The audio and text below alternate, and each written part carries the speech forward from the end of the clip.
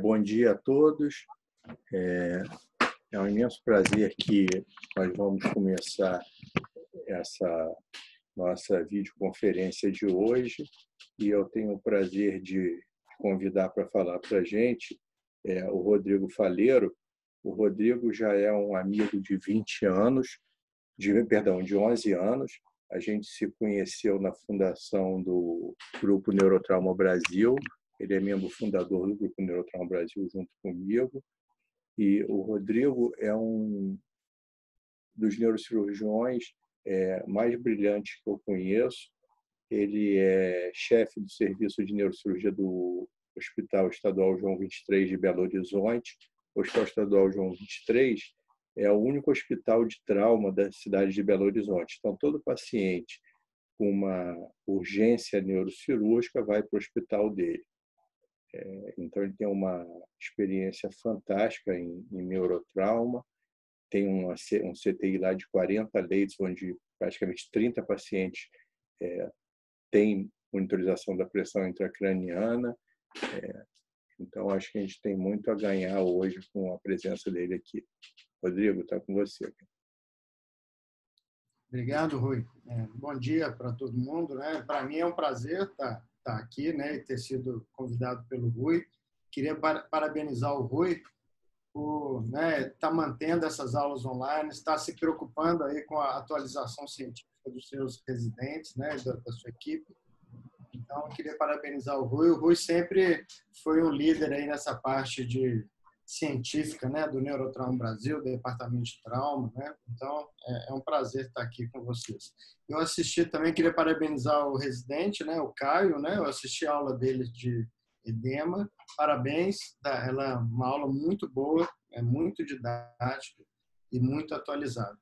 E realmente é um tema que é, às vezes, difícil para a gente que está lidando com a neurocirurgia, com a macroscopia do cérebro inchado, descompressivas, contusões, e começar a olhar para dentro da célula. Então, é uma maneira mais da gente tentar simplificar esse tema para que a gente possa todos falar a mesma língua. Eu vou maximizar a minha tela aqui. E se tiver ok para vocês, eu já vou começar. Bom, deixa eu só minimizar aqui. Bom, então, o meu objetivo aqui vai ser a gente falar sobre a fisiopatologia do edema cerebral. E nós vamos, todos aqui, deixa eu lembrar de edema cerebral. Todos vocês vão lembrar de dois tipos de edema, que é o edema vasogênico, que é aquela água que está no interstício, e outros vão lembrar também do edema citotóxico, principalmente quando ocorre isquemia e a água entra dentro da célula. Então, essa é uma visão simplista que todos nós temos do edema cerebral. Mas nós vamos ver que existem outros tipos de edema e que é interessante que a gente saiba diferenciar isso.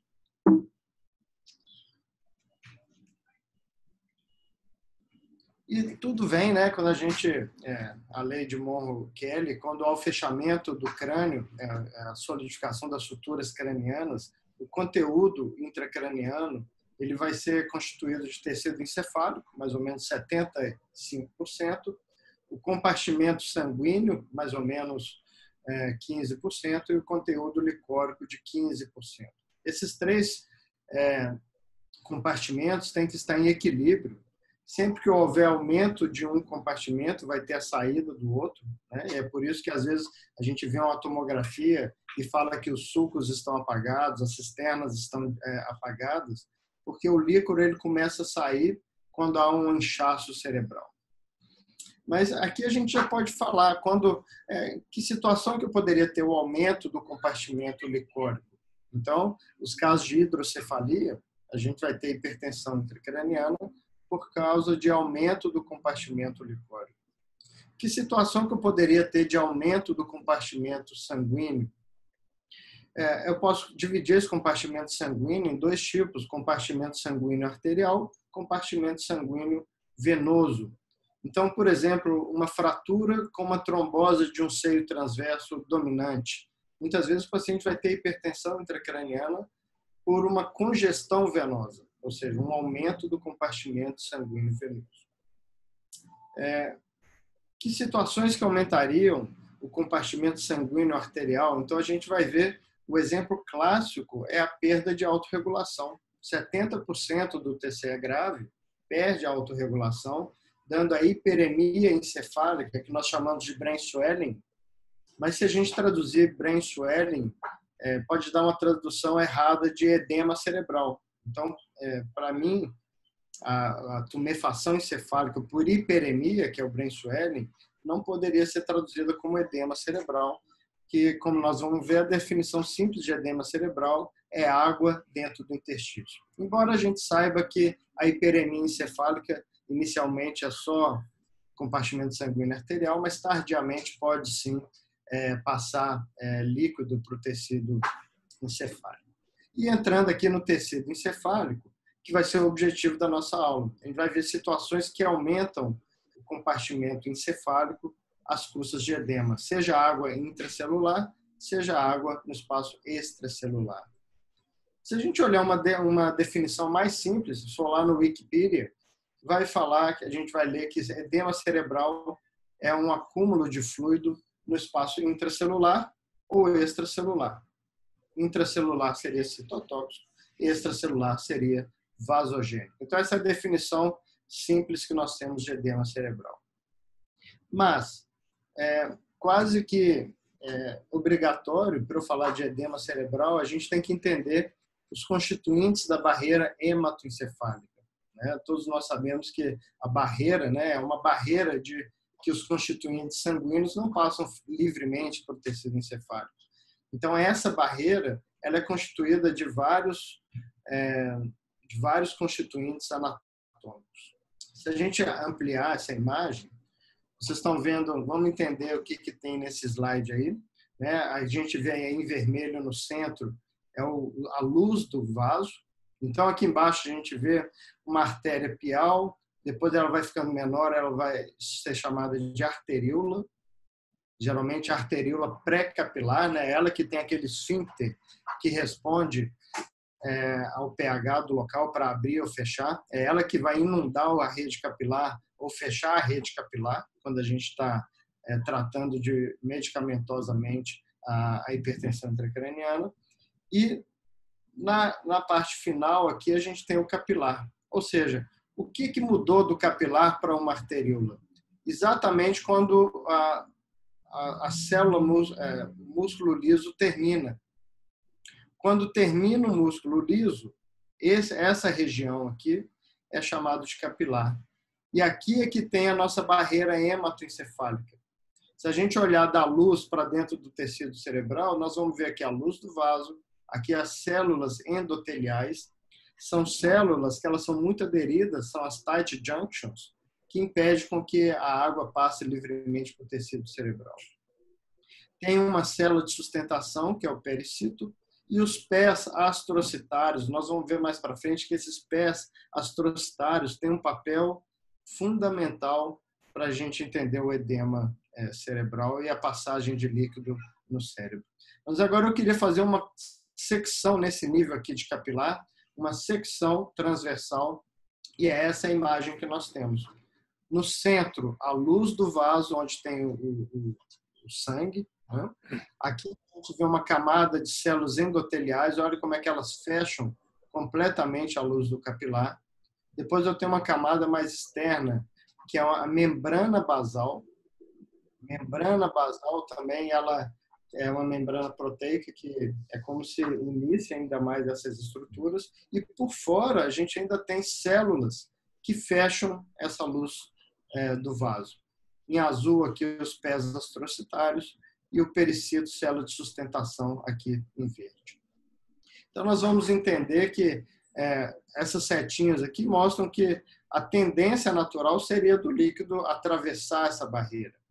Quando há o aumento da pressão hidrostática, por exemplo, há uma tendência de que esse líquido passasse para dentro do tecido cerebral, mas isso não ocorre por causa dessas várias camadas que temos formando a barreira hematoencefálica. Se em algum momento eu estiver falando muito rápido, vocês podem me falar, se o som não estiver bom. Agora a gente vai entrar, eu preciso entender como é que a célula funciona. Como que a célula, como que a homeostasia da célula. E aqui a gente pode até colocar o neurônio, que nada mais é do que uma célula especializada. Como qualquer célula, existe uma homeostasia, qualquer célula do nosso organismo ela vai ter mais potássio dentro e mais sódio fora. E isso se deve à função da bomba de sódio e potássio. No neurônio, isso é mais importante ainda, porque ele precisa manter o seu potencial de membrana.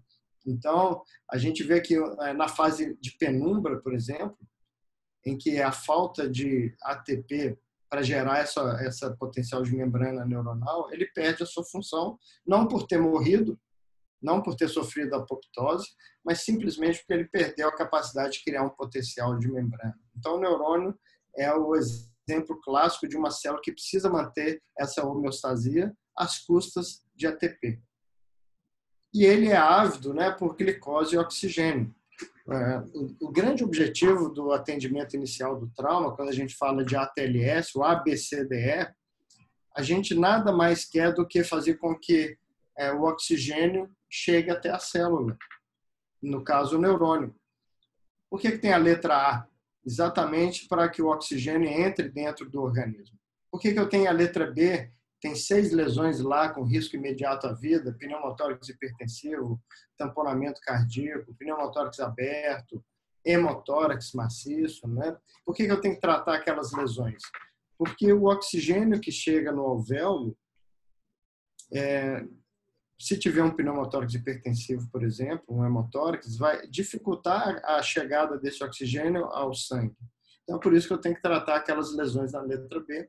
E aí o oxigênio do alvéolo consegue cair na corrente sanguínea. Qual que é o objetivo da letra C? Tratar o choque. E tanto que as últimas edições do ATLS vem evitando usar tanto volume, como 2 litros, né? A gente não fala mais 2 litros de Ringer, por exemplo, de soro fisiológico. Ele já começa a falar 1 a 2 litros e transfusão sanguínea precoce. Por quê? Ele entende que quem carrega o oxigênio é a hemácia. Então não adianta ficar dando muito soro, porque senão atrapalha esse conceito de fazer com que o oxigênio chegue à célula. Por isso que a transfusão sanguínea agora, nas últimas edições, ela é mais indicada, mais precocemente. Então, eu tenho que parar o sangramento e repor a volemia para que o oxigênio que caiu na corrente sanguínea consiga chegar até o neurônio. E é por isso que não faz sentido eu fazer um exame de Glasgow do paciente enquanto eu não resolver essas 3 letras. Porque enquanto o oxigênio não chegar no neurônio, eu vou ter um Glasgow alterado. Mas agora a gente está vendo aí, oxigênio e glicose conseguiram chegar até o neurônio. E onde que ele vai dentro da célula? Ele vai lá na mitocôndria, e na crista mitocondrial é que a gente vai ter a glicólise. Na presença de oxigênio, eu vou ter a glicólise aeróbica, e a glicólise aeróbica vai liberar o quê? 6 moléculas de CO2, 6 moléculas de água e 38 ATPs. Na falta de oxigênio, eu vou ter a via anaeróbica, que vai liberar 2 ATP só e ácido lático. Muito ruim o resultado da glicólise anaeróbica. Mas olha que interessante. A gente tem o tecido cerebral, a gente sabe que tem o neurônio e as células da glias. É muito interessante, isso eu já vou falar nesse ponto, lá na frente a gente fala de novo. O astrócito, normalmente, ele se utiliza da via anaeróbica. Talvez até para preservar o oxigênio todo que tem lá para o neurônio. E ele se dá bem apenas com a sua glicólise anaeróbica. Então, ele dá uma preferência para ter glicólise anaeróbica, enquanto o neurônio tem preferência de glicólise aeróbica.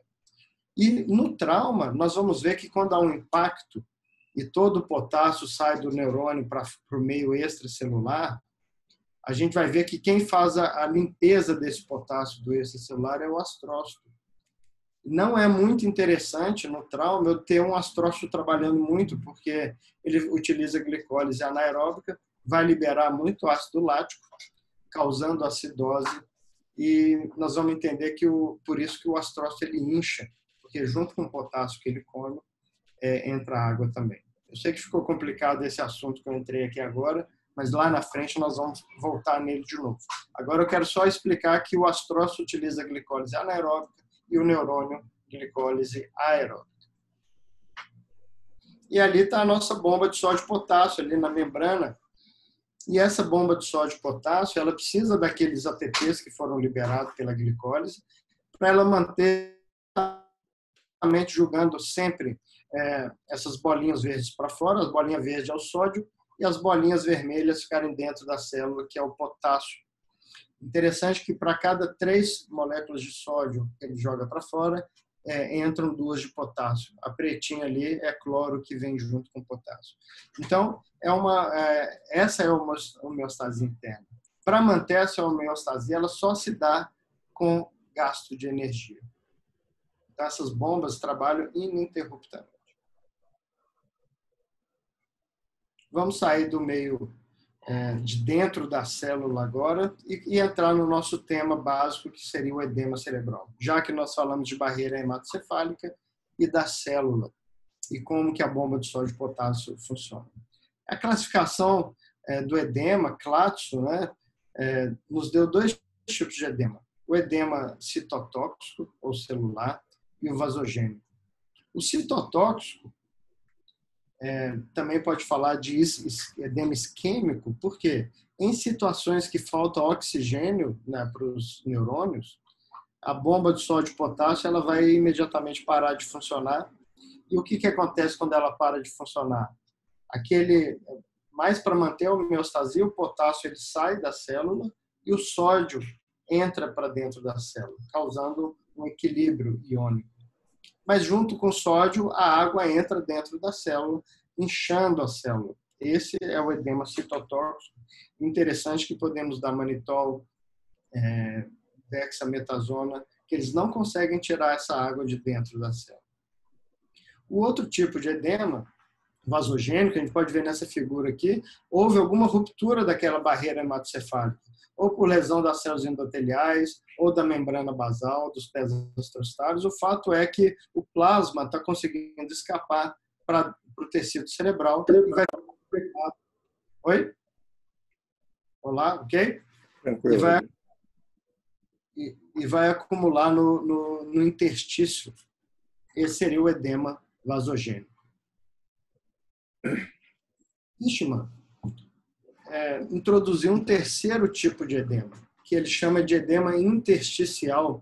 Exatamente quando a gente vê nas hidrocefalias, aquela transudação ependimária, aquela área hipodensa em torno dos ventrículos, ali não seria nem, por classificação, não é nem edema vasogênico, nem citotóxico. Fishman classifica ele como edema intersticial. Então, nós falamos aí de 3 tipos de edema até agora, vai faltar ainda um outro tipo, que é o 4º tipo de edema. Então, olha algum exemplo. Né? Aqui a gente está vendo um capilar, aqui dentro a albumina, os sódios, em verde aqui, e aqui a gente pode ter um astrócito ou até mesmo um neurônio, e essas bolinhas verdes aqui são o sódio. O que acontece? Desculpa. O que acontece no edema vasogênico? Por alguma lesão da barreira hematocefálica, há um extravasamento de fluido para o espaço extracelular. Tá? Ele não está dentro da célula, está no meio extracelular, causando um inchaço cerebral. E a gente vê nitidamente aqui nessa ressonância, por exemplo, uma metástase, como ela causa quebra da barreira hematoencefálica, a gente vê em branco, né, hiperintenso aqui, esse edema. Olha como é que essas digitações mostram que o edema é na substância branca. A grande diferença de localização, gente, o edema vasogênico é na substância branca e o edema citotóxico, como é uma lesão de bomba de sódio e potássio, é onde tem célula. Onde tem célula? Na substância cinzenta.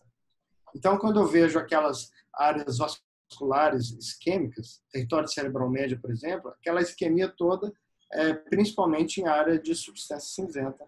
E quando a gente vê uma lesão inflamatória ou metástase, o edema vasogênico substância branca. Interessante que esse tipo de edema responde muito bem à dexametasona, né? E como é que a dexametasona atua nesse edema? interessante que a dexametasona ela promove uma maior aderência, novamente, das células endoteliais. Ela intensifica o efeito daquelas tight junctions e é através daí que a dexametasona melhora o edema vasogênico. Vamos para o outro extremo aqui em cima, vocês estão vendo o edema citotóxico. Aqui, quando há falta de ATP, então a gente está falando de situações em que o oxigênio não está chegando à célula, então a glicólise está sendo mais do tipo anaeróbica, então falta oxigênio, e aí ocorre isso, quase que por homeostasia, o potássio sai da célula e o sódio entra dentro da célula, junto com a água e um edema cerebral. Aqui, ó. Edema citotóxico. Mas esse ponto é muito interessante. Que imagina uma grande área de isquemia no tecido cerebral. Por exemplo, aqui ó, a gente vê na fase inicial de uma isquemia da território cerebral médio, por exemplo, isso é chamado de infarto maligno da artéria cerebral média. Por que maligno? Porque inicialmente a gente tem essa grande área de edema, mas 5 a 7 dias depois, a gente está falando em torno de 75%, 80% de mortalidade por causa de um inchaço que ocorre lá pelo 5º ou 7º dia. Então, o que ocorre nessa situação? Quando a isquemia da artéria cerebral média, uma trombose, um êmbolo, por exemplo, a gente vê aqui ó, certinho o território da cerebral média, hipodenso. E o que está hipodenso aqui? Tem mais água nesse tecido. Que edema é esse? Citotóxico. Todas as células ali da substância cinzenta, aqueles neurônios, estão com muita água dentro do seu corpo celular, tendo um edema citotóxico. Mas olha como é que o efeito de massa é mínimo. Mas 5 a 7 dias depois, olha o efeito de massa, é a mesma tomografia, é o mesmo. Por que tem esse efeito de massa? E isso é interessante a gente prestar atenção aqui. Essa área toda aqui de isquemia, vocês concordam comigo que o potássio saiu da célula e todo o sódio que estava no meio extracelular entrou para dentro da célula. Ok? O que aconteceu com o meio extracelular? Praticamente não tem sódio. Todo o sódio está dentro da célula. E o capilar que está ali na vizinhança, ele vai tentar fazer novamente esse balanço, então ele vai deixar com que o sódio preencha o espaço extracelular para manter o equilíbrio iônico novamente. Mas junto com essa saída de sódio do capilar para o meio, a água vai junto, causando edema. Esse edema que ocorre alguns dias após áreas grandes de isquemia é chamado de edema iônico. Então nós temos 4 tipos de edema: citotóxico, vasogênico, intersticial e iônico. E não responde também à hiperventilação, a manitol, seja porque a gente não consegue tirar a água dentro da célula e seja porque os nossos medicamentos não chegam ao centro da área que a gente quer atuar. A gente tem tipo essa imagem de alvo, né? Quando há uma oclusão de um vaso, onde o centro é a área de infarto, necrose, não tem nada que podemos fazer para melhorar essa área, já tem apoptose celular aqui. Depois eu tenho uma área de penumbra. Essa área de penumbra, o que aconteceu? Há uma perda de função neuronal por perda de geração de potencial de membrana. As células não morreram ainda. E numa área mais externa, eu tenho uma área de tecido viável. E o que vai acontecer com o calibre dos vasos nessa área aqui de penumbra e parapenumbra? Se o meio ali tem muito CO2 e muito ácido lático, o pH está ácido. E o que o músculo liso faz num pH ácido? Ele relaxa e dilata. Esse é o princípio da nossa autorregulação. Por que áreas que trabalham mais, áreas neuronais que estão metabolismo aumentado, recebem mais sangue? Porque áreas que trabalham mais liberam mais CO2, o pH fica ácido e o vaso dilata. Aqui a gente está falando de uma situação patológica em que faltou oxigênio. Então, os vasos da periferia todos dilatam. E é por isso que, se eu dou contraste numa fase aguda de um AVC, a gente vai ver aquela perfusão luxuriante, né? Aquela captação de contraste em volta, que é a quebra de barreira ali. é aquela quebra de barreira que vai mandar o sódio para o meio extracelular, causando edema iônico. Aqui só para mostrar que quando falta oxigênio, a gente vai favorecer esse tipo de respiração anaeróbica, com muito pouco benefício, né? Só 2 ATPs e muito ácido lático, causando acidose local. A bomba de sódio e potássio sem oxigênio, ela para de funcionar. O sódio entra dentro da célula, junto com o sódio entra a água, mas tudo bem, o edema citotóxico, só o fato da água entrar dentro da célula, ela não morreu ainda, ela só está inchada. O que vai matar a célula é quem entra junto com a água, que é o cálcio.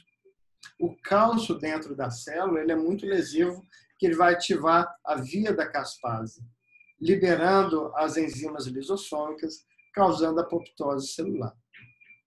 É por isso que quando a gente usa nimodipina na hemorragia subaracnoide, eu não estou usando nimodipina para prevenir vasoespasmo, ela não apesar de inicialmente ela foi usada por ser um bloqueador de canal de cálcio, pensando que iria causar uma vasodilatação, não. Ela melhora o prognóstico dos pacientes ao bloquear essa canal de sódio, essa entrada de cálcio dentro da célula. Então, na verdade, a nimodipina no vasoespasmo da hemorragia subaracnoide, ela está protegendo neurônios de uma área isquêmica e não promovendo vasodilatação. Isso é uma questão muito importante da gente ter claro para a gente. Então, olha aqui nessa figura, ela está um pouco fora de foco, vocês me desculpem, mas quando há o centro, aqui nesse centro da isquemia, eu tenho o edema citotóxico. Na penumbra, eu tenho o edema iônico. E é nessa área de edema iônico que eu vou ter o efeito de massa. Ok? Então, nós já vimos a estrutura da barreira hematoencefálica. O que eu vou entrar aqui agora é para a gente entender que situações que podem lesar essas barreiras. Que situação que ocorre de maneira patológica que vai causar a quebra, seja do endotélio, seja da membrana basal, seja dos astrócitos. Então, lembra dessa imagem, esse corte axial, e eu vou dar um foco em lesões que alteram, facilitam a saída da água para o cérebro. Eu vou falar de lesões que podem digerir a membrana basal, principalmente nós vamos falar aqui das metaloproteinases de matriz. Nós vamos falar, muito importante, as aquaporinas. As aquaporinas estão situadas nos pés astrocitários e ele é um canal de rápida passagem de água. Tá? Então, entrando lá na luz do vaso. Quais são as situações que vão causar uma vasodilatação capilar para mandar mais sangue, né? E isso causaria um aumento da pressão hidrostática e a tendência de líquido para sair para o meio extracelular. Então, é lógico que nos casos de hipertensão arterial malignas, né, em que eu tenho ruptura capilar e sair um edema, né, em casos de hipertensão arterial, síndromes hipertensivas. Sempre que eu tiver um acúmulo maior de CO2 com queda do pH, seja por ácido lático ou acúmulo de CO2, eu vou ter uma vasodilatação do capilar também. Por isso que quando a gente faz uma ressonância com marcador, aqui é uma criança de 3 anos em que durante a ressonância está sendo lida uma história para ela. A gente está vendo áreas do cérebro que trabalham mais porque recebem mais sangue, principalmente a área da audição e mais à esquerda porque a área da linguagem da criança. Deve estar de olho aberto, que a gente vê também que tem metabolismo na região occipital. Então é interessante essa capacidade de autorregulação que o cérebro tem, de acoplar maior fluxo para áreas de maior metabolismo. E é por isso que no trauma grave a gente não quer que haja aumento de metabolismo neuronal, porque isso causaria um aumento do compartimento sanguíneo arterial. Por isso que nas medidas gerais de tratamento do TCE grave, a gente trata agressivamente a temperatura, o paciente não pode estar com dor nem febre, porque isso aumentaria. Ele não pode estar tendo crise convulsiva, ele não pode ter hipóxia, aumento de CO2, porque tudo isso causa hipertensão intracraniana às custas de compartimento sanguíneo arterial. Olha que agora nós já estamos ali na membrana, né, da matriz. Ali existem várias proteínas, e elas têm uma estrutura de zinco, e elas estão na sua forma inativa, chamado de forma zimógena, né? É como se são proteínas que estão inativas, mas caso elas sejam ativadas, elas vão digerir a membrana basal. Elas vão digerir essa matriz, que é uma barreira importante da barreira hematoencefálica. Aqui só um exemplo, aqui é uma parada cardíaca com a liberação de óxido nítrico.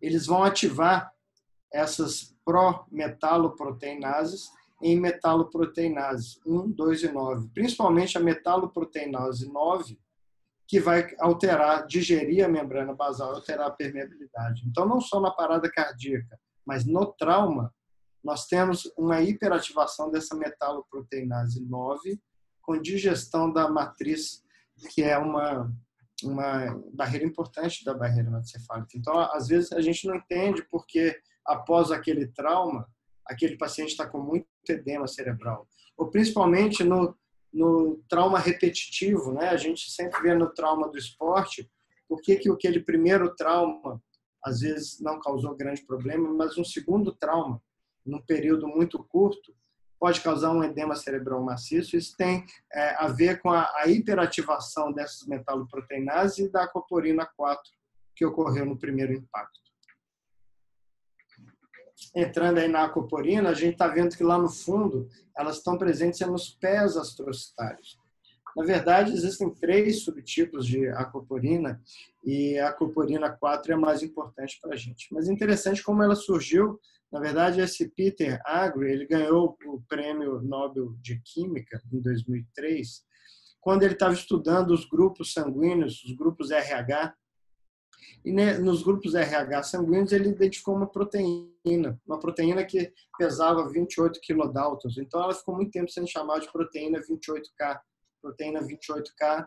Depois ele observou que ela existia também em alguns tipos de moscas drosófilas.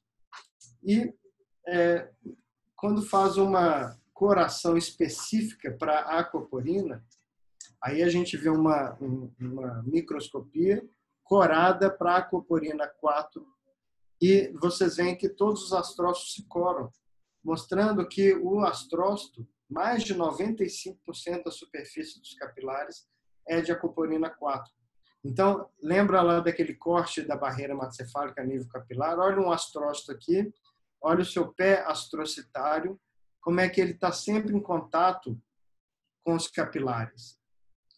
E nós vamos entender como que a água passa rapidamente pelo tecido cerebral.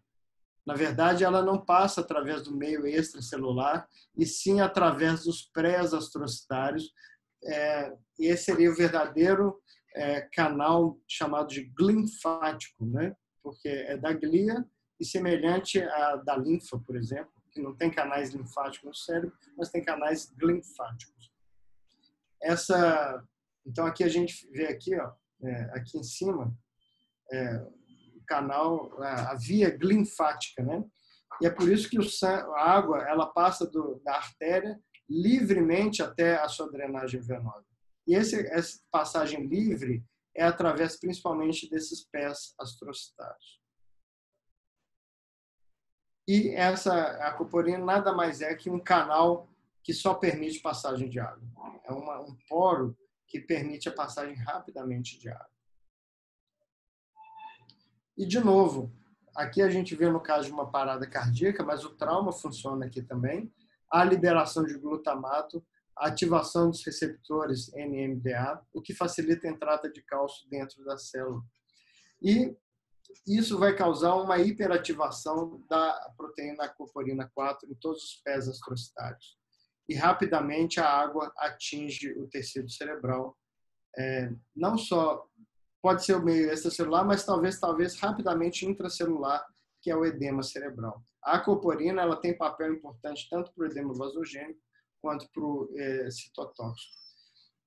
E aqui fala até que eles têm papéis opostos, né? No edema citotóxico, a aquaporina 4, ela induz o influxo excessivo de água do extracelular para dentro da célula, enquanto a aquaporina 4 também está relacionada com a saída dessa água do parênquima do edema vasogênico. Então, a aquaporina 4, gente, ela é um alvo muito valioso para algum fármaco, algum medicamento, né, que vai atuar nessa superexpressão ou deleção dessa aquaporina, para fazer com que aquele paciente tenha menos edema, ou que a gente consiga tratar o edema cerebral. E aí a gente entra num tema de grande interesse de todos vocês, que é o trauma, né? Quando a gente fala de trauma encefálico e hipertensão intracraniana, por que naquele trauma grave, com grande energia cinética, eu estou com hipertensão intracraniana? É edema vasogênico? É o brain swelling? O brain swelling é hiperemia? Ou tem edema vasogênico junto? Ou tem edema citotóxico? Ou é só perda da barreira hematocefálica? Então, tem vários fatores que estão contribuindo para causar hipertensão intracraniana. E a gente tem que entender eles, porque o tratamento vai ser direcionado para eles. Aqui, não tem como citar Marmaru, né? Marmaru, ele se interessou muito por esse tema, e aqui são slides dele, que eu tive acesso pela internet, né? A gente tem a fisiopatologia do edema cerebral na pressão intracraniana. Então, ele mesmo faz essa pergunta, se o edema traumático ele seria vasogênico do tipo celular. Mas aí vai ser importante a gente entender isso. Deixa eu explicar a vocês o que está na tela de vocês. Aqui embaixo a gente está vendo um vaso, é um capilar, tanto que tem um astrócito aqui, ó, com seus pés astrocitários. E aqui eu estou vendo um axônio, um neurônio, né? E tem aqui oligodendrócito aqui, outro neurônio aqui e outros astrócitos. Tá tudo beleza, tá tudo fechadinho, os poros estão fechados, eu tenho potássio dentro da célula, sódio fora. Mas agora ocorreu um trauma. Então, esse impacto do trauma, o trauma mecânico, causa uma abertura imediata de todos os poros neuronais. Pelo trauma mecânico, simplesmente. Não estou falando de isquemia. O trauma, o movimento encefálico, há uma abertura de poro dos neurônios. E o potássio sai todo para o meio extracelular. Sai facilmente para o meio extracelular. Tudo bem. Esse potássio não pode ficar aí fora no meio extracelular. Então, alguém vai ter que limpar esse potássio do meio extracelular. E o grande limpador de potássio do meio extracelular, quem que é? O astrócito. Então, agora que teve o trauma, o astrócito vai ter que limpar esse potássio todo do meio extracelular, aumentando o seu metabolismo. Então, ele vai começar a comer potássio, e se ele aumentou o metabolismo, lembra lá no início que eu falei que o metabolismo dele é glicólise anaeróbica? Então, esse mecanismo aumentado ele vai liberar só 2 ATPs, e principalmente ácido lático e glutamato, que vai banhar esse meio. Mas para cada potássio que ele come, entra água junto. E é por isso que o astrócito vai edemaciando. É como se fosse um edema citotóxico astrocitário para limpar esse potássio extracelular. E qual o problema do astrócito inchar? Lembrando que os pés envolvem os vasos como se fosse uma mão segurando o pé, né? Segurando o vaso. Se esses pés astrocitários se incham, ele estrangula o capilar, diminuindo o aporte de oxigênio para aquele neurônio que mais precisava agora de oxigênio para manter a sua integridade. Então, essa é uma cascata que ocorre em um mecanismo de trauma. E a gente precisa entender que é um mecanismo de defesa do cérebro, esse aumento do astrócito, porque ele tem que limpar o potássio. Só que como ele está grudado no capilar, ele vai causar estrangulamento capilar. É por isso que a gente não entende, às vezes, por que eu tratei bem a hipertensão intracraniana, apesar da pressão ter ficado sempre normal, aquele paciente teve isquemia neuronal, porque eu tenho diminuição do calibre dos capilares pelo edema astrocitário. Então, a gente tem que entender se é possível quebrar essa barreira, mas essa cascata, mas é uma cascata de defesa. Então, olha a hipótese do Marmaru. Ele sabe que no edema traumático tem aquele distúrbio iônico e que o potássio intracelular vai para o meio extracelular. Isso é contrabalançado pelo sódio que vai para dentro da célula. E a proposta do Marmaru é que o sódio e a água elas vão de dentro do vaso para dentro da célula, através do pé astrocitário e não através do meio extracelular.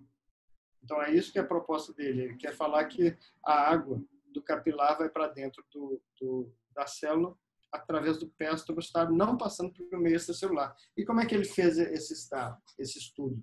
Ele fez microdiálise em ratos que tiveram o hemisfério cerebral direito lesado, tipo um swelling, por exemplo, só a direita, e o lado esquerdo não lesado. E nessa microdiálise, ele dosou o sódio no meio extracelular, no cérebro lesado e no não lesado. E viu que a concentração de sódio no meio extracelular é igual. E por isso reforça a ideia dele que o sódio não passa pelo extracelular e sim pelo pé astrocitário. E a microdiálise não seria capaz de ver essa passagem pelo pé astrocitário. Então, o objetivo desse estudo do Marmaru, né, era isso mesmo, mostrar que a água entra dentro do astrócito através da célula, através do astrócito, não pelo meio extracelular. E a gente vê também que se fizer uma deleção seletiva da aquaporina 4 em ratos, há uma diminuição do edema cerebral, aqui no caso de uma intoxicação de água, por exemplo. Então, é para isso que a medicina vai seguindo, tentar achar um fármaco que atue na aquaporina 4. E a gente já viu muitas vezes, o Rui já assistiu várias aulas aí do Juan Sarruquilho, ele fala que às vezes a gente está fazendo de tudo para o oxigênio chegar na célula e ainda não vai dar certo, porque é muito comum eu ter lesão estrutural da mitocôndria no trauma, edema mitocondrial. Então, se eu tiver um edema, uma lesão da função mitocondrial, eu posso fazer tudo. Posso fazer com que o oxigênio chegue lá, mas ele não vai ser utilizado porque a mitocôndria está lesada, o que vai dar disfunção da membrana e disfunção dos íons. E essa é a ideia de Marmaru, os estágios do brain swelling. Então, quando fala brain swelling, é um termo genérico, que eu estou só querendo dizer que é um inchaço cerebral. Mas ele acha que no início, grande parte do inchaço é do tipo vasogênico e pouco celular. Uma fase intermediária, o edema é mais citotóxico e tardio vai ser mais ou menos os dois, citotóxico e vasogênico. Aqui, o trauma crânioencefálico e o inchaço celular. Então, existem várias drogas que já tentaram ou tentam resolver essa cascata de defesa, mas que é patológica. A ciclosporina no trauma, o objetivo dela era melhorar essa função mitocondrial. Ainda é necessário desenvolver um medicamento para conseguir causar ou aumento ou a diminuição da aquaporina 4. E aí tentar tratar o edema cerebral. E para finalizar essa aula, gente, nós falamos de muitos termos teóricos e tudo, mas eu queria que agora vocês vissem as suas tomografias ou ressonâncias, pensando nos 4 tipos de edemas que nós falamos aqui. Então, eu selecionei aleatoriamente algumas imagens para a gente tentar entender qual que é a causa do edema. Aqui uma hidrocefalia multiseptada, em que eu vejo essa hipodensidade aqui no tecido cerebral. Qual tipo de edema é esse? Edema intersticial, ou de transudação transependimária. Uma metástase com um edema de substância branca digitiforme. Que edema é esse? Edema vasogênico. Uma boa resposta seria a aplicação da dexametasona. Aqui a gente vê um tumor aqui no átrio ventricular, que, a meu ver, e preparando essa aula, inicialmente eu falaria em edema intersticial. Ele pode estar bloqueando a passagem de líquido, causando um edema intersticial, mas pode ter edema vasogênico também por quebra de barreira, a depender da natureza desse tumor, principalmente se for um tumor de grande captação de contraste, um tumor maligno. Não sei se vocês usam a derivação ventrículo subgaleal. Às vezes a gente utiliza ela, a gente coloca um catéter no ventrículo e a galha ela tem a capacidade de absorver o líquor em torno de 30 dias, mais ou menos. Então, às vezes, eu costumo fazer isso em pacientes com tumor de fossa posterior que entram descompensados. Eu não quero colocar uma derivação externa para não causar uma hiperdrenagem e uma herniação ascendente, ou hemorragias intraventriculares. Às vezes, a gente coloca esse catéter e ele começa a funcionar um tempo bem. Mas depois de um tempo, ele começa a formar essa hipodensidade em torno do catéter. E isso vocês vão ver também em disfunção de derivação ventriculoperitoneal ou uma derivação ventricular externa que está entupida. Esse acúmulo de líquido em torno do catéter é o edema intersticial. É o líquor tentando passar pelo trajeto do catéter. O que ocorre na contusão cerebral? Então, vamos entender no trauma. A gente sabe que aqui tem lesões de células, a gente tem edema vasogênico e tem necrose celular. Então, para mim, na contusão, eu falaria que ela tem edema citotóxico e edema vasogênico. Novamente, uma contusão com uma grande área hemorrágica. A contusão também, a gente tem que lembrar que esse centro necrótico aqui, o que acontece aqui? A lesão estrutural mesmo das células, com liberação de organelas, retículo endoplasmático, tudo misturado aqui. A osmolaridade nesse centro aqui é em torno de 490 miliosmoles. E manitol não consegue vencer essa hiperosmolaridade, não consegue criar um gradiente osmótico maior do que isso. E é por isso que a contusão ela vai inchando a cada dia que passa, com pico lá no 7º dia. Muitas vezes, erroneamente, eu falava assim, ela já está absorvendo, porque a gente está vendo essa área, ela está deixando de ser hemorrágica e virando edema. Ela não está absorvendo, ela está inchando. Por quê? Esse centro hiperosmolar no centro está causando um edema vasogênico em torno, na penumbra e na parapenumbra. Então, uma das propostas que se tem para tratar a contusão é você tirar precocemente esse centro hiperosmolar para que a gente diminua esse inchaço em volta.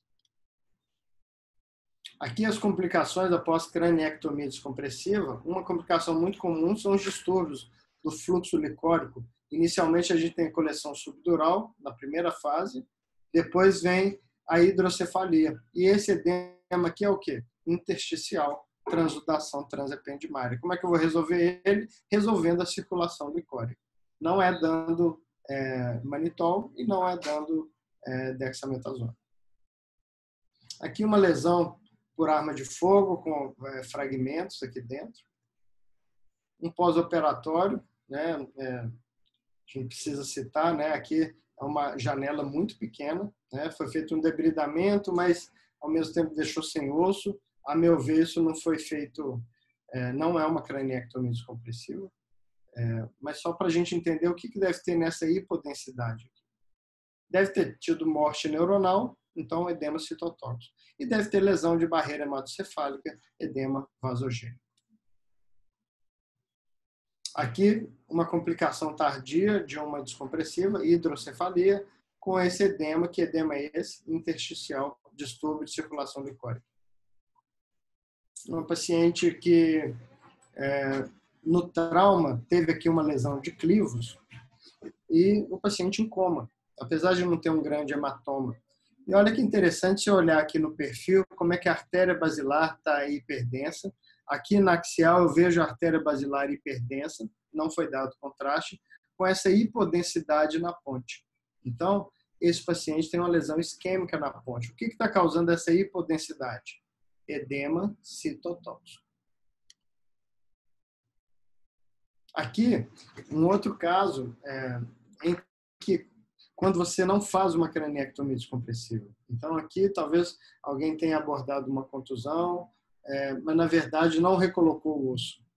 Mas não recolocar o osso, e principalmente que a dura mater aqui não deve ter sido totalmente fechada, a gente vê que o tecido cerebral ele sai, é aquela herniação que a gente fala em cogumelo, né? E o que deve estar acontecendo aqui? Além da lesão primária, que tem edema citotóxico, o sangue arterial deve entrar aqui, mas não tem uma boa drenagem venosa.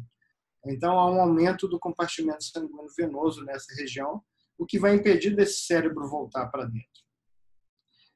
Então, isso foi uma complicação que nós vimos na enfermaria. É um paciente que estava num contexto de infecção, então ainda não podia usar a prótese, não tinha titânio para ele, nem queria usar acrílico. Então, o que nós fizemos de maneira só para resolver essa situação, não estava vazando líquor aqui, nós levamos para o bloco e eu fiz uma craniotomia nessa região, fechei a dura mater, aspirei tecido gliótico e esse osso eu migrei ele para tampar esse defeito, para que depois a gente pudesse fazer uma cranioplastia dessa região posterior. Então, eu tratei a região anterior, o osso daqui de trás eu migrei lá para frente e quando ele saísse do período de infecção, a gente programou de fazer uma cranioplastia nessa parte. Que tipo de edema é esse? Eu estou vendo aqui uma hiperdensidade da cerebral média e já vejo aqui um grande edema citotóxico no território cerebral média. Pouco efeito de massa, mas daqui a alguns dias vai vir. Lembra que todo o sódio desse meio extracelular está dentro da célula, então alguém vai restabelecer esse sódio no meio extracelular, vindo agora o edema iônico com efeito de massa. Metástase com edema vasogênico, isquemia occipital, então neurônios de substância cinzenta, edema citotóxico. Enfim, basicamente era isso que eu quis falar. Vocês me desculpem se eu falei rápido ou se o tema também ele é meio árido. Tá bom? Obrigado. Rodrigo, obrigado pela sua apresentação, cara. Uma excelente aula didática, uma revisão, acho que ficou bem mais fácil para todo mundo entender agora. Eu acho que excelente a sua apresentação. Só chamar a atenção de todo mundo para, antes de sair, entrar na parte do bate-papo aqui do Zoom, no chat, e assinar a lista de presença. Inclusive, para os residentes de outros serviços que assinarem a lista, podem comunicar lá na atividade dos residentes da SBN isso como atividade científica, com participação em atividade científica. Então, é importante que todo mundo assine a lista de presença ali para a gente ter um feedback dessa apresentação. E a gente vai agora abrir, Rodrigo, antes de eu fazer as minhas perguntas, para quem estiver assistindo aí e tiver alguma dúvida, quiser colocar alguma coisa para o Rodrigo, é só ativar o seu microfone e fazer a pergunta.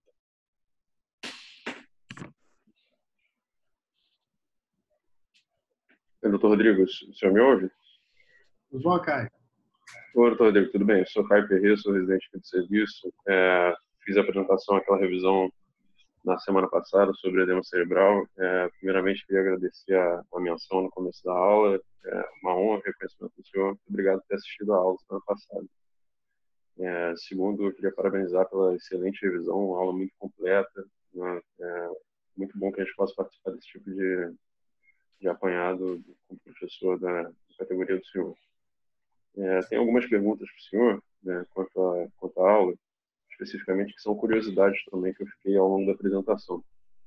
O senhor fala em um determinado momento sobre a aquaporina 4, né, até está muito em voga, né, muito em pauta a aquaporina 4, quando se fala de neuroproteção, né, o bloqueio da aquaporina 4, bloqueio de antissenso da aquaporina 4, bloqueio com RNA, contramensageiro de aquaporina 4, né. Em determinado momento da aula, o senhor falou sobre os receptores NMDAR, né, que são receptores da excitotoxicidade por glutamato, né, que eles têm uma ativação direta sobre a expressão da aquaporina 4. Aí eu queria saber especificamente, né, se é a sinalização da NMDAR, né, se é a excitação pelo glutamato ou se qualquer estímulo excitatório no trauma, por exemplo, receptores noradrenérgicos, dopaminérgicos, se eles também têm um efeito sobre essa expressão da aquaporina 4. Então, assim, em tese, qualquer estímulo excitatório poderia amplificar a expressão de aquaporina 4, portanto, deixar o tecido mais suscetível a essa lesão pelo edema citotóxico e vasogênico também.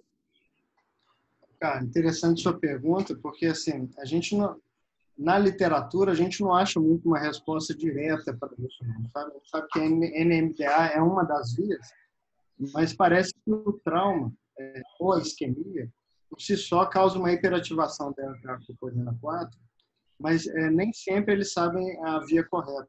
O que é essa super... E entra até em outros assuntos. Em alguns lugares você vai ler até efeitos protetivos ou não.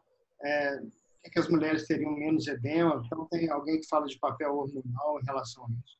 Tem a expressão genética. Algumas pessoas têm muito mais edema do que outros. Então, não é todo mundo que tem essa mesma expressão de aumento ou não de edema. É muito interessante você ver o mesmo mecanismo de trauma com aquela mesma pessoa, geneticamente, uma vai ter muito mais edema do que a outra. Então, assim, eu não tenho essa resposta pelo que eu li. Né? Assim, onde eu li, eu não vi quais são todos os caminhos para essa ativação da aquaporina 4. Então, é uma resposta que eu não sei te dar de maneira objetiva. Beleza, professor Rodrigo. Obrigado. Uma outra curiosidade também, né? Eu fiz alguma pesquisa na semana passada para fazer a revisão do tema. Eu achei uma revisão do professor da UCLA de 2017, que coloca a aquaporina, faz uma revisão sobre algo que também o senhor comentou, colocando a aquaporina como um alvo, né, farmacológico potencial. Aí eu queria saber se o senhor chegou a achar alguma coisa sobre teste nisso, já em humanos, né, para tratar edema cerebral propriamente. Né? Não vi nenhum trial, nenhuma droga já sendo colocada, só aquelas coisas mais in vitro mesmo, né? Do bloqueio de RNA, bloqueio nocaute, né? Expressão genética da aquaporina 4. Exatamente. A maioria está em campo experimental, ainda de supressão genética.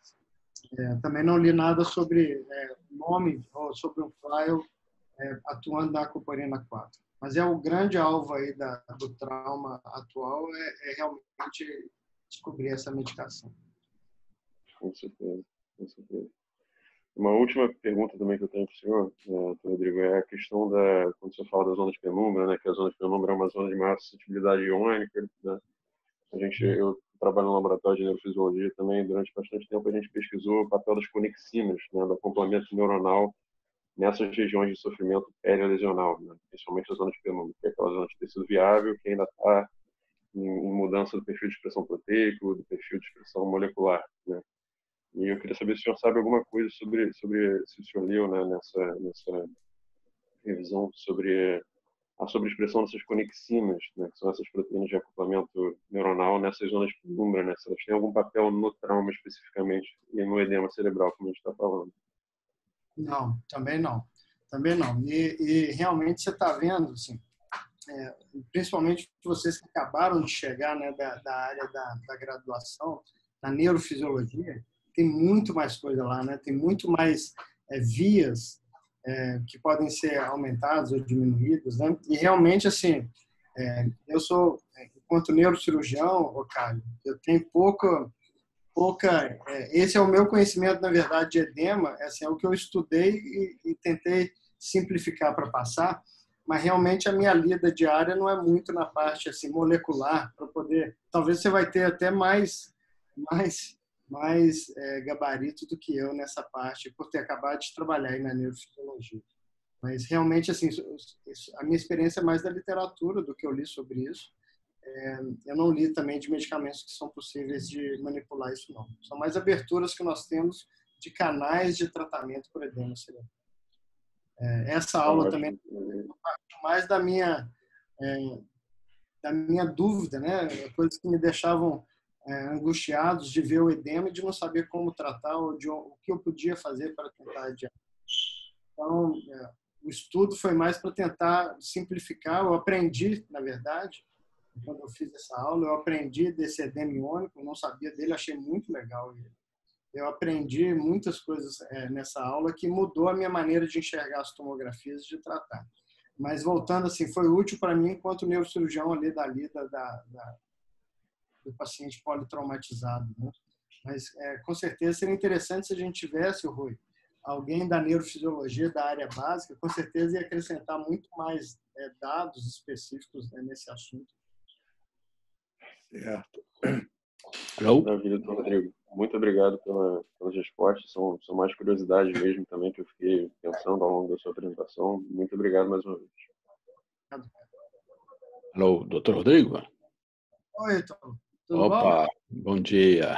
Excelente aula, gostei muito da sua apresentação, muito didática, como sempre. Você é muito bom para dar aula, um professor nato, realmente.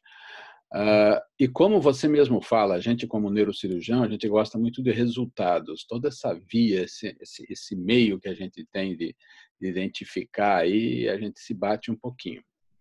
Mas duas coisas também me intrigam um pouquinho, gostaria que você pudesse me ajudar a entender.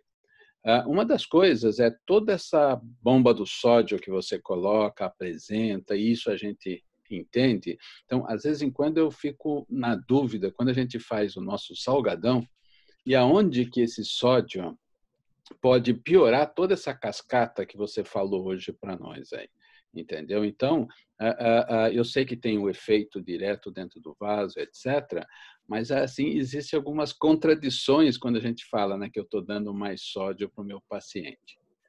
Não sei se a gente consegue chegar a uma explicação para isso. E uma segunda coisa que eu achei bem interessante aí na sua aula, talvez seja interessante também colocar, um pouquinho mais que assim, no passado a gente usou muito a hiperventilação. E hoje você vê que essa hiperventilação, ela era meio que não entendendo nada das aquaporina, não entendia-se nada dos astrócitos, desses pés, desse edema linfático. E assim, alguns casos funcionavam e outros não. Provavelmente funcionava porque não sabia nem do edema iônico, o que acontecia na célula. Agora, você pode acrescentar alguma coisa nisso que você leu, estudou, na sua experiência? Se tem alguma explicação fisiopatológica, entendeu? Melhor para quando eu uso o meu salgadão, quando eu uso a minha hiperventilação, ou ainda é difícil de explicar esses efeitos aí? Eu vou tentar explicar primeiro a última pergunta, que é da hiperventilação. Interessante, né, que a hiperventilação, a gente vai ter dois opostos, né? Na verdade, o que a gente quer o metabolismo, quando tem trauma, a gente tem que imaginar no neurônio o seu metabolismo aeróbico. Na presença de dor, de febre, crise convulsiva, o metabolismo desse neurônio aumenta e ele vai estar liberando, como ele consome mais oxigênio, ele vai liberar mais CO2, né, causando um pH ácido. O capilar, o pré-capilar que está chegando ali naquele pH ácido, o músculo liso do pré-capilar e o vaso dilata. E é como se fosse a abertura de uma porteira de sangue que vai inundar aquela rede capilar. O cérebro é igual uma esponja. Se eu abrir o pré-capilar, a água preenche o capilar todo e ele incha. E se eu, ao mesmo tempo, fechar aquela porteira, é como se eu esvaziasse o capilar e o cérebro murcha. E tem várias maneiras de eu fazer isso. Eu posso atuar, então, direto no metabolismo neuronal. É quando eu uso o coma barbitúrico, a hipotermia, eu estou atuando primariamente em diminuir o metabolismo, logicamente vai liberar menos CO2, o pH vai ficar alcalino, os vasos pré-capilares vão fechar e o capilar vai ficar seco e eu estou diminuindo a pressão intracraniana de maneira bem fisiológica. Embora a gente sabe que lá na frente tem tantas complicações clínicas e por isso que talvez não se traduziu em melhora do paciente. Agora, a hiperventilação é um tratamento muito perigoso, porque eu estou enganando o tecido cerebral, né? Eu estou, na verdade, mexendo ali no ventilador para diminuir o CO2. O pré-capilar, quando chega numa área de CO2 diminuído, mais alcalino, ele vai entender que ali não tem metabolismo e não precisa acoplar maior fluxo para aquela região. Então, eu vou ter um fechamento desse capilar, mandando menos oxigênio para um neurônio. E lembrando que eu não atuei no seu metabolismo, ele continua com o seu metabolismo aumentado. Eu estou apenas maquiando, diminuindo o CO2, e é por isso que os estudos que faziam hiperventilação profilática mostraram que ele era muito maléfico e causava principalmente isquemia. O Brain Trauma Foundation depois chegou a não indicar mais, né, hiperventilação nas primeiras 24 horas. Por quê? Porque é uma situação que o metabolismo neuronal está muito aumentado. Se eu hiperventilar, eu vou favorecer ainda mais a isquemia cerebral. Então, acho que a hiperventilação ela não funciona muito por isso, por eu estar atuando, maquiando o CO2 em uma área que está com o metabolismo aumentado. Agora, interessante sobre a solução salina hipertônica, Rui, Ítalo. Perfeito que você colocou ela dentro da aula, né? Porque eu estou dando sódio e para onde está indo essas bolinhas vermelhas e azuis que nós estamos falando lá? Se eu estou virando isso que eu pensei mesmo. Exatamente. Então, interessante, a solução hipertônica, todo mundo aí sabe, ela veio de um estudo tentando fazer uma reanimação volêmica de pacientes em choque, né, politraumatizados, e realmente a solução hipertônica não foi muito benéfica quando comparado com o Ringer para o choque hemorrágico. Mas aí eles viram que no subgrupo de pacientes que tinham trauma crânioencefálico grave, aquele grupo evoluiu melhor. E aí eles entraram para estudar como que a solução hipertônica melhorou esses pacientes. O que se tinha na época era muito manitol. E a gente fala muito na capacidade de uma substância criar um gradiente osmótico. Isso vai de 0 a 1, chama coeficiente de reflexão. A água é 0 e o máximo seria 1. Onde que está o manitol? É 0,9. É uma capacidade de criar gradiente osmótico muito boa. Só é melhor que o manitol a solução salina hipertônica, o sódio, é que a capacidade de criar gradiente osmótico é de 1, é o máximo, né? Além de não ser um diurético. Então, por isso que tem se utilizado cada vez mais solução salina hipertônica. Mas, Ítalo, isso é numa situação ideal em que a nossa barreira hematocefálica está funcionante, em que, na verdade, esse sódio tem que ficar dentro do capilar para puxar a água do meio externo para dentro do vaso. E interessante que tanto o manitol e a solução hipertônica, como é que eles diminuem a pressão intracraniana? Alguém pode falar assim, o manitol é um diurético osmótico, então o paciente vai urinar mais. Isso ocorre 40, 60 minutos depois. E interessante que lá no CTI eu vejo eles fazendo manitol ou solução hipertônica em 5 minutos. 5 minutos, exato. Não é por causa do diurético. É porque o capilar, com aquele hiperosmolar dentro do capilar, seja manitol ou seja solução salina hipertônica, vai puxar toda a água do extracelular para dentro do vaso. O que vai acontecer com o capilar, com aquele tanto de água entrando? Ele começa a dilatar de maneira rápida e a musculatura lisa faz uma vasoconstrição reflexa. E o calibre final após essa vasoconstrição reflexa é menor do que o calibre que ele estava em repouso, antes de eu usar o manitol e a solução salina hipertônica. Então, na verdade, a solução salina hipertônica, a gente está brincando com a autorregulação do paciente. Ela tem que estar preservada para fazer efeito. Quando eu começo a fazer manitol hipertônico e o paciente não está respondendo, é porque, aí entro na sua pergunta, é porque o sódio saiu para o meio externo e perdeu essa capacidade de criar gradiente osmótico e está até causando hipertensão rebote, ou é porque a musculatura lisa perdeu essa capacidade de vasoconstrição, perdendo a autorregulação. Quando a gente tem uma situação de perda de autorregulação, isso tem um nome, chama brain swelling, e é por isso que a gente tem que, já que a gente não consegue tratar de maneira medicamentosa, eu vou ter que tirar o osso e fazer uma osso. Exatamente.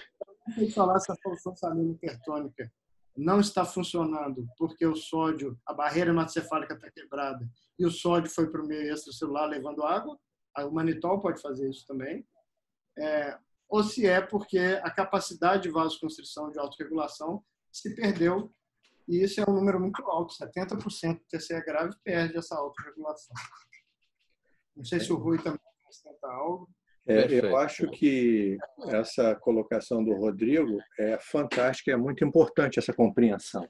A gente, na verdade, tem que sair da caixinha nossa de achar que tudo se trata matematicamente, que você tem que dar manitol, solução salina para tratar qualquer hipertensão intracraniana e não ter o raciocínio fisiopatológico da coisa.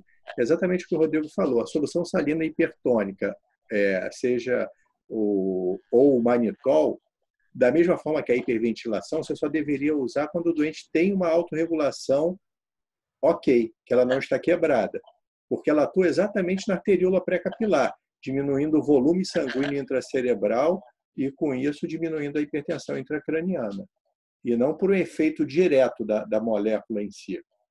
E se você usa a solução salina hipertônica ou manitol, um paciente está com a barreira hematocefálica quebrada, você vai levar água para o intestino, porque essas moléculas, moléculas vão para o intestino e vão puxar água. E aí você vai ter seria o edema de rebote, né? Rodrigo, também me permite, eu acho perfeita, muito obrigado pela explicação aí. Acho que duas considerações. Essa história do vaso que você não só explicou, como mostrou muito bem, essa contração vascular da arteríola pré-capilar, ela impulsiona também o sangue para frente, e ele vai circulando e ele vai sendo mandado embora, vai ser lavado, o rim vai funcionar, etc. Então, isso vai fazer com que funcione. E uma situação que o Rui colocou agora, que também é importante, é para a gente saber para correr esse volume, essa substância rápido. Aí que entra o tal do bolo. Porque se eu começo a pingar em 2, 3 horas, essa solução vai sair pela barreira quebrada, vai sair para o interstício realmente, né? Então, essa é uma explicação da gente fazer em bolo, fazer rápido essa solução para ter esse efeito. Mas muito obrigado, agradeço.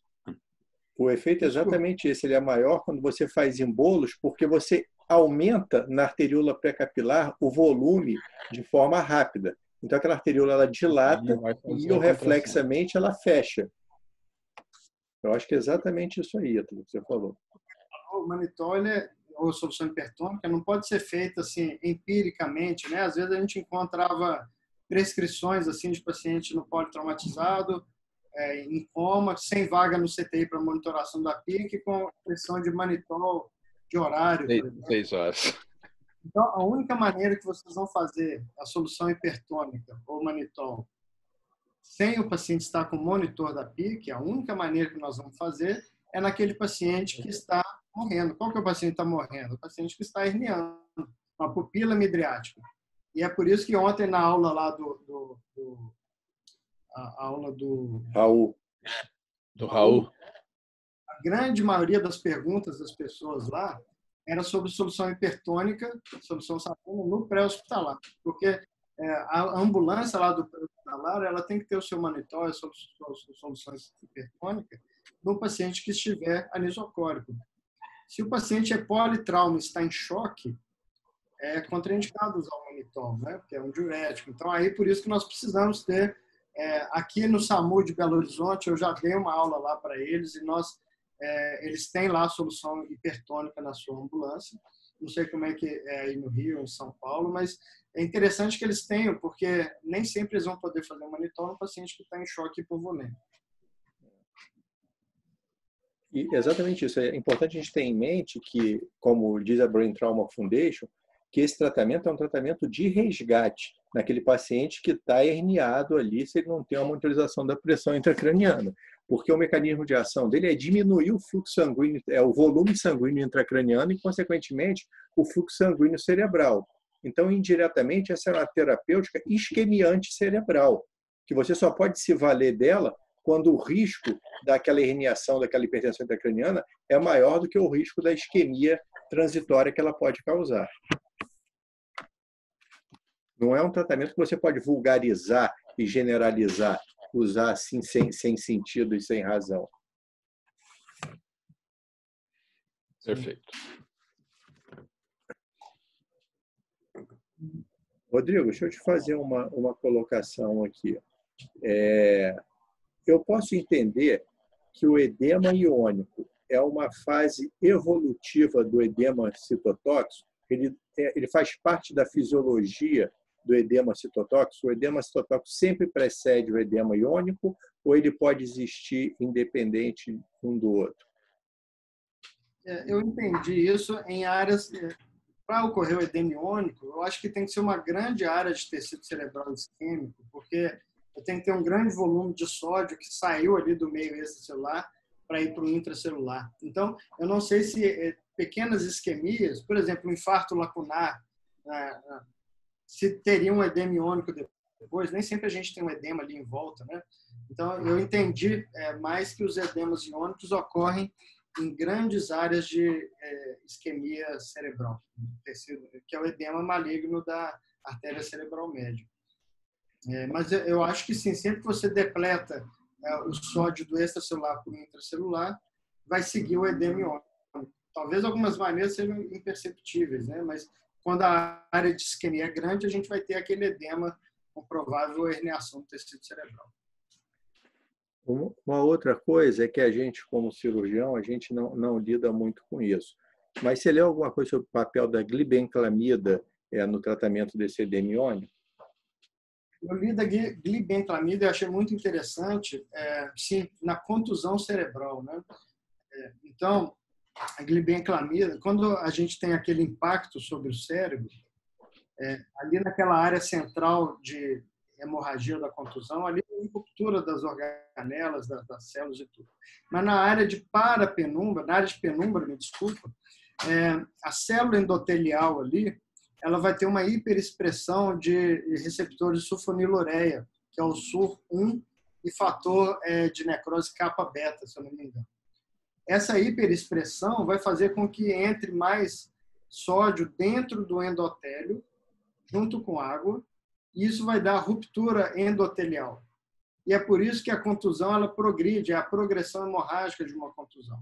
E aí eu li nessa artigo que a glibenclamida suprimiria esse aumento, bloquearia esse receptor de sulfonilureia 1 da parede endotelial. Então, eu entendi esse conceito de edema iônico, Rui, na célula endotelial. E que se há o edema de célula endotelial, a ruptura do capilar, e é por isso que você vê que a contusão nem sempre ela cresce, mas ela progride. A área hemorrágica dela vai progredindo porque os capilares vão se rompendo. E aí a glibenclamida diminuiria essa progressão hemorrágica da contusão. Não sei se foi aí que você leu também sobre isso. Ok. Uma última situação aqui, pelo que você falou, o astrócito ele tem um metabolismo mais anaeróbico, certo? Do que o neurônio? O astrócito, o metabolismo é primariamente anaeróbico. Eu achei isso interessante, eu também não sabia. E talvez, imagino até, é interessante isso, que o oxigênio todo sobra mais para o neurônio. Mas será que o astrócito tem menos organela mitocondrial dentro dele do que o neurônio? Por ter um metabolismo anaeróbico? Realmente não sei. Não sei.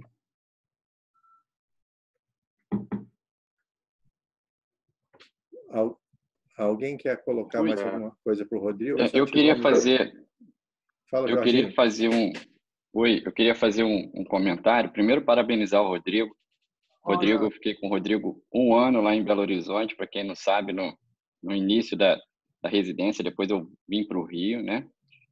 Rodrigo, parabéns pela aula, pela simplicidade, pela honestidade. E eu queria fazer só um comentário sobre a questão da hiperventilação e tudo que resume o que o Rodrigo colocou. No final, o que a gente não quer é isquemia. Eu acho que tudo isso que a gente pensa é para evitar a isquemia. E a hiperventilação acaba provocando isso que o Rui colocou, acaba provocando isquemia. E aí a gente acaba tendo lesão depois da própria célula, que é o que a gente não quer. Então, assim, eu acho que a gente, pensando em edema e pensando em tratamento, a gente tem que pensar realmente, não deixar o neurônio isquemiar com todos esses mecanismos, com transfusão, levando o oxigênio para a célula, mas de tudo que a gente não quer é o controle da pressão intracraniana apenas. A gente quer é que o neurônio não isquemie. Eu acho que esse que é muito importante de deixar como recado também. Só completando aí o Jorge, aí que entra o papel da oximetria cerebral, né? O Rui tem experiência com isso. E quando você está com catéter de oximetria cerebral, PTiO2, junto com a PIC, você vê nitidamente que a hiperventilação diminui a pressão intracraniana, mas às custas de isquemia cerebral, né? Então, eu acho que quando o catéter de oximetria tem esse acréscimo, né, vai deixar a gente um ajuste mais fino do nosso tratamento. Eu acho que até poderia ser tema de uma próxima aula, a monitorização e a parte clínica, trabalhar com isso. Eu acho que a gente fez a parte básica. Fica o convite aí, viu, Rui? Convite para você convidar aí e fazer uma segunda parte, que é como tratar isso, né? Como utilizar aí o PTiO2, muito bem colocado pelo Rodrigo. Tranquilo. Chefe, queria pedir a palavra, por favor. Quem está falando é o Luiz. Sou R5 do serviço do Dr. Rui, aqui do Miguel Couto. Queria primeiro parabenizar o professor Rodrigo. Acho que eu já vi várias aulas suas e toda aula a gente realmente aprende muita coisa. Então, acho que em nome de toda a equipe aqui do Miguel Couto, a gente queria realmente parabenizar. Foi muito boa a sua aula. E eu queria te perguntar em relação às contusões. Você explicou para a gente que tem um processo combinado, tanto de edema vasogênico como citotóxico. E associado a isso, a gente tem um gradiente osmótico muito elevado dentro da contusão. E, mediante isso, eu queria te perguntar duas coisas. A primeira, você notou, depois desses conhecimentos mais novos, se vocês tiveram uma mudança no paradigma de cirurgia do seu hospital, no João 23, se vocês estão operando contusões menores e estão tendo resultados neurológicos mais favoráveis. E a segunda coisa seria em caso de contusões que você tem aquele aspecto clássico de sal e pimenta, que você tem bastante área hiperdensa entremeada por área hipodensa, você tenta tirar mais a área hiperdensa ou você considera aquilo tudo como contusão e faz a ressecção cirúrgica de toda essa área teoricamente lesionada? Como é que vocês estão procedendo? Muito obrigado. Na verdade, sim. Depois de tanto que eu li, eu mudei a minha conduta nas contusões. Alguns anos atrás, eu tinha uma conduta, primeiro ponto, descompressiva para contusão cerebral.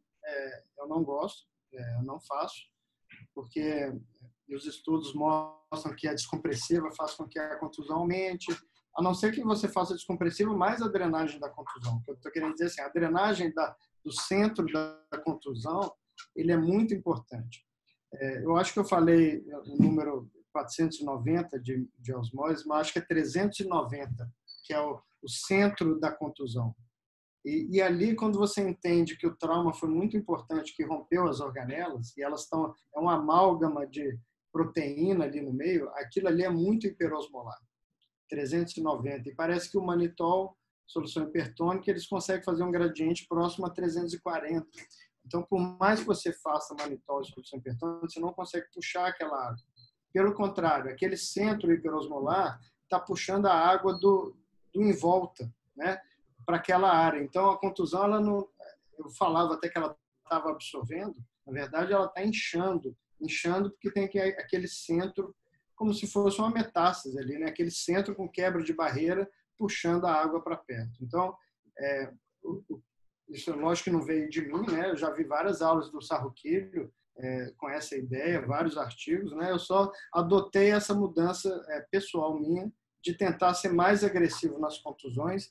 E aí, entrando na sua pergunta, sua segunda pergunta, eu não entro para retirar macroscopicamente toda a área da contusão, né? Como se fosse um tumor, né? Mas sim o centro da contusão. Quando você entra naquela centro da contusão, você vai ter um centro mais amolecido, de tecido necrótico e de sangue, que você vai aspirar aquilo. E é interessante que, ao retirar aquilo, o cérebro cede e fica pulsátil. E você acompanha as outras tomografias, você vê que aquela área fica fria, entre aspas, né? Se você não opera, ela vai ficando só quente e inchada. Se você tira o centro, o pós-operatório é mais tranquilo. Então, eu tenho feito, sim, a drenagem mais precoce das contusões. Mas, por outro lado, eu estava me sentindo um pouco agressivo de fazer grandes incisões para drenar contusões de pacientes ainda bem clinicamente, grandes incisões bifrontais, por exemplo. E se eu quero entrar só no centro necrótico, eu vi que, se vocês lembrarem a cirurgia de contusão de vocês, muitas vezes e eu sempre falei isso, a cirurgia do trauma tem que ser uma cirurgia ampla, craniotomias amplas, para que a gente veja tudo. Mas quando você vai operar uma contusão, você faz uma grande incisão de pele, tira um grande fragmento de craniotomia, abre a dura mater, mas o centro da contusão você faz só uma pequena diérese conjugal e depois fecha aquela dura mater toda, o osso todo e a pele toda. Depois eu comecei a abrir a pele, o osso, mas para que abrir a dura mater toda? Eu abria só linear a dura mater para entrar naquela área, para não ter tecido cerebral inchado ali. Então, só a linear a dura mater entrava sendo a contusão. Depois eu vi também que não estava precisando de grandes craniotomias.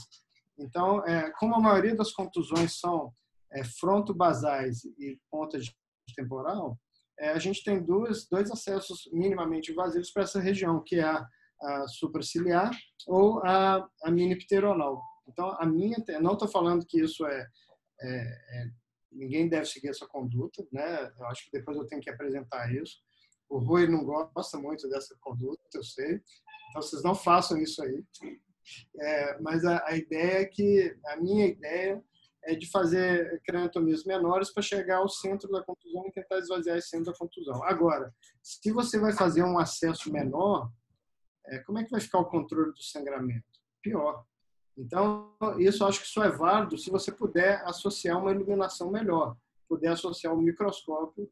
Então, você vai fazer uma cirurgia por microscópio com incisões menores. Eu não tentaria, talvez, fazer incisão menores, entrar lá e ter dificuldade de sangramento, que pode reacumular tudo no pós-operatório.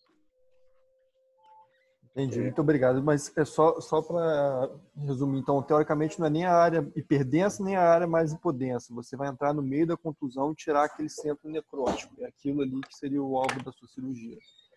Às vezes a gente evita de operar uma contusão em áreas eloquentes, falando que eu vou operar aquela contusão ali, eu vou aspirar neurônios viáveis.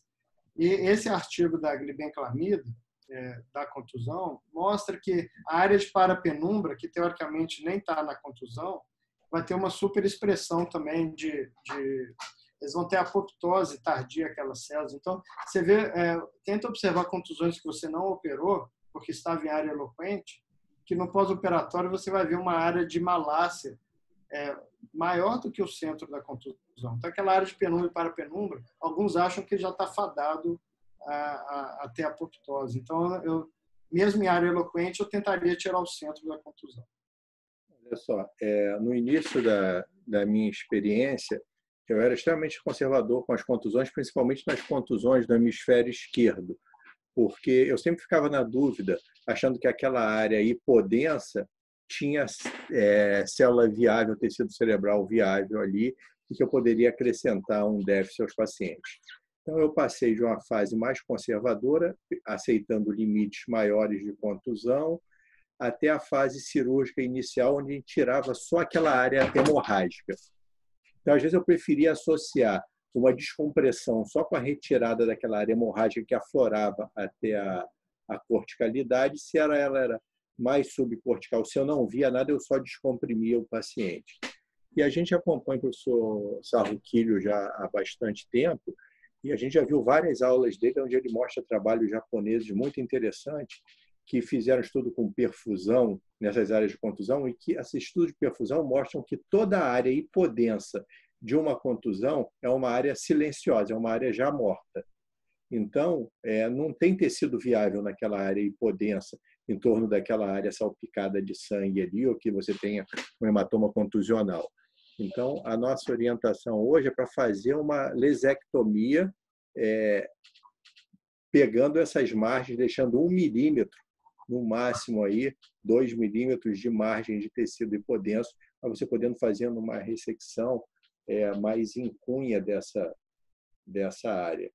E a gente suportava volumes maiores. Hoje a gente indica a drenagem das contusões de 25 a 30, a partir de 30 cc, 25 cc, a gente já acha que vale a pena você drenar essa contusão, porque você tem um pós-operatório mais tranquilo, você dá alta mais precoce no paciente, você evita a evolução dessa contusão, a transformação hemorrágica dessa contusão, o edema que vai se somar.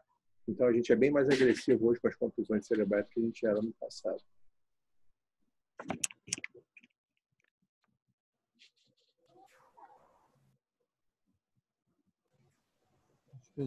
Obrigado, professor Rui e doutor Rodrigo Faleiro.